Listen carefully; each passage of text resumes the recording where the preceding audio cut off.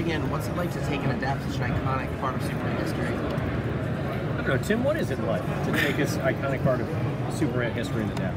It's all I think about. It keeps me up at night. It's the most incredible opportunity that I've ever been given in my life, given by you. Thank you for bringing me in. You're welcome. You know, the only way these get done is if you just imagine that something's going to happen and it's not going to get made, and you just have to kind of limp along like it's going to happen. Because if you really think about, I better do this right, then you kind of can't do it. Because it is a huge story, it's a famous story, everybody knows it, and if you really took a second to go, oh, everyone is going to have their own thing that they want from this, and maybe we're not delivering. It's too much pressure. So really what we try to do is say, what emotionally, what are the beats that you remember from this, and what do we not want to miss? Because, I mean, look, we can't, I wish we could just, put a camera on, and use the comics as a storyboard, but we don't, unfortunately, have that kind of time. That would be a 17-hour movie. It would be a 17-hour movie, especially with these comics. And there would be one show that's just about Bibbo, I'd watch it. I think we'd watch that. Not Bibbo. It would be just about Bibbo? Yeah. Coming soon, the Bibbo movie. I'd watch that. So you guys pushed the envelope of Death of Superman and Doomsday, and it went to the line, a little bit past the line. You guys have the Eradicator, and you have Superman in this one. How far are you going to take these characters? Well, there is some violence. I should warn you if you have a trigger warning. I think this takes this story you remember from when you read it and pushes it as far as they would let us, and there was some... Yeah, I mean, look, I think we're talking to people who probably are familiar with the story, and there's a little bit, and there are some of these guys, they'll mess you up, and so it's tricky. It's tricky because we want to make sure that we're still hitting those emotional beats, but man, there's a lot of action in this movie. Really is. There's a lot of action, and you get to see Cyborg Superman and Eradicator and Superboy and Steel, all these guys coming up against each other and against some other really big threats as well. Maybe. How much Justice League do we get in this one? Because how much of the current roster of Justice League do we get? Well, they're all there. Do you remember how in the comics how it played out? Yeah. You remember, because it's not a Justice League story, really. Yes. They would mess it up. I mean, it's very much a Superman story, so having the entire league there kind of throws things off, and we don't do it exactly. They went like on a that. spaceship and took off. I think that was the end of it. But we came up with another solution. We got there. You'll see some of the Justice League. I'm sorry, guys. So, was it difficult coming in to write the back half of this two-part movie? I mean, in some ways, it was difficult because there are so many new characters that suddenly show up on the scene, and you want to make sure everybody's getting, justice. But I think that having that incredible Death of Superman was so great. That movie was I remember I read the script. I mean, that movie was still in production, but I got to read the script when we were starting on this, and it gave us exactly the right launchpad. I finished that script and I said, I know exactly what we're doing. And the tone. I mean, the tone was all there, and the voices were all there. It's kind of exactly the way you wanted that story to play out. And even in the comics, it does feel like a different era. It's like Superman is dead. Why? Now what happens? And so it seemed like it's a logical place for a split. If you remember, I was a kid who was like, Superman is dead. Like, we didn't live in a world where Superman was going to come back. This was it. And these new guys, some of them, one of them, all of them might be Superman, might not be Superman. That was the difficult thing, because we now live in a world where we know that what happened is that Superman did come back. Great. Yeah, in the comics. Spoiler. In the comics, that is what happened. Wait. But I think it was like, I was not a kid when this came out, but I was in college and I had no money, and I would go to Forbidden Planet and pull out the show and just see, is it Cyborg Superman? Is he the Superman? Is it Eradicator? I would just kind of flip through because I wouldn't spend the $2. You didn't know. Everybody, like I remember my friends, we all argued about it. We're like, oh no, it's definitely Cyborg. Yeah, it's I mean, like, or it's going to be Superboy. Like he's going to, be the new Superman.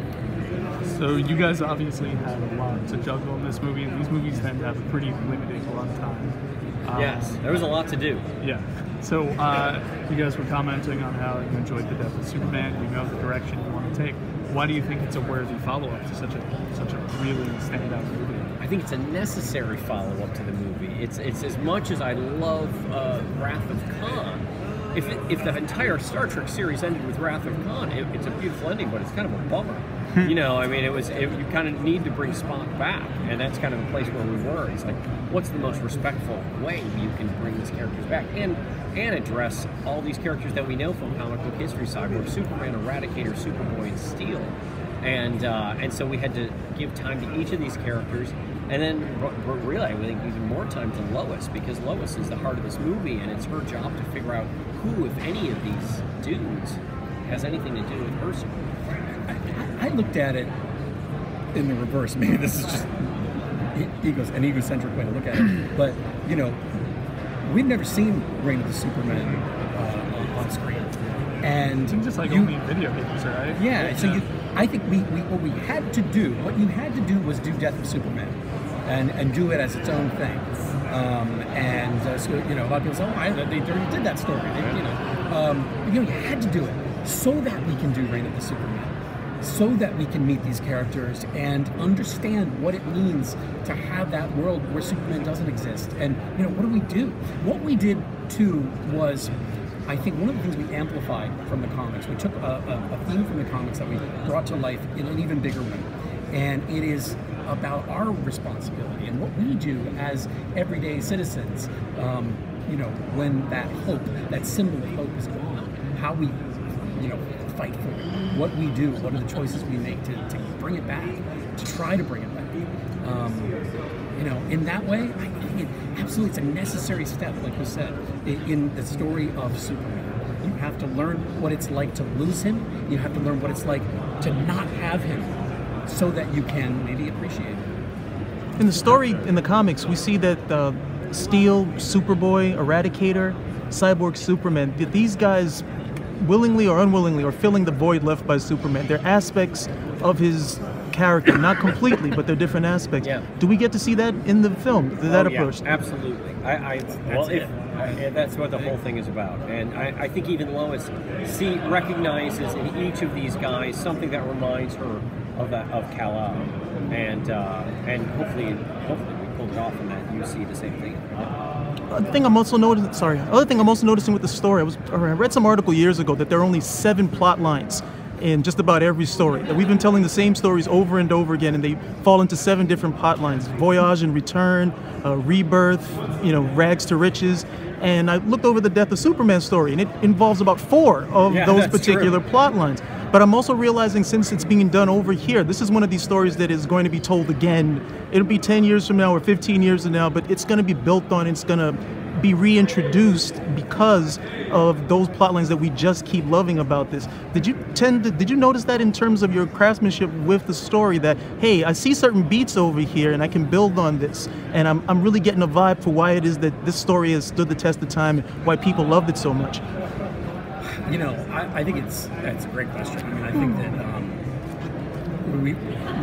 we've already been through this with Death of Superman, right? We keep killing Superman. We've seen it done again and again. And one of the things that that can be disappointing about that is that, well, then what is it? What are we doing? Is it just that's a snuff film? At that point, right? But to then get to do this, which is a story about, not to spoil anything, but even if you don't bring Superman back, it's a story about bringing Superman, the heart of Superman, back. There's also, I think there's people our age or younger, there's some satisfaction finally seeing this story told. I mean, even if this Death of Superman is covered in some other media, our expectation for a moment is, oh, he's dead, we get to see Cyborg Superman and Superboy, and we get, but oh, we didn't get that, So there's part of us that is kind of longing to see that played out. So I'm hoping that we did it successfully. Do you have a favorite of the four of them to write?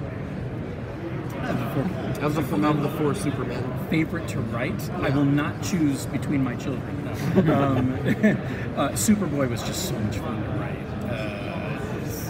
Superman has some. Superboy has some attitude problems. So yeah, he is. You know the toughest one is Eradicator.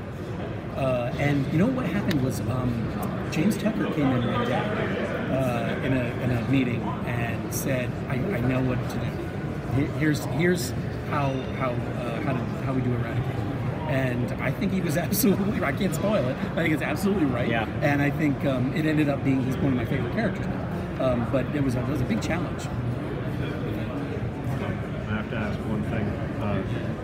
I was really hit by the Bibbo scene at the end of Death of Superman, and I wanted to make sure I asked about that because I guess nobody did in the press for that because nobody's seen the movie yet. But I mean, the fact that he brings up you bring up religion explicitly, which I think is the first time I've ever seen that happen, and it really it was such an emotional scene. Wondering what drove you guys to do this? It's such an atypical thing to happen in one of these movies. Yeah, I mean, we didn't write Death of Superman. We did Reign of the Superman. That scene's also from the comic.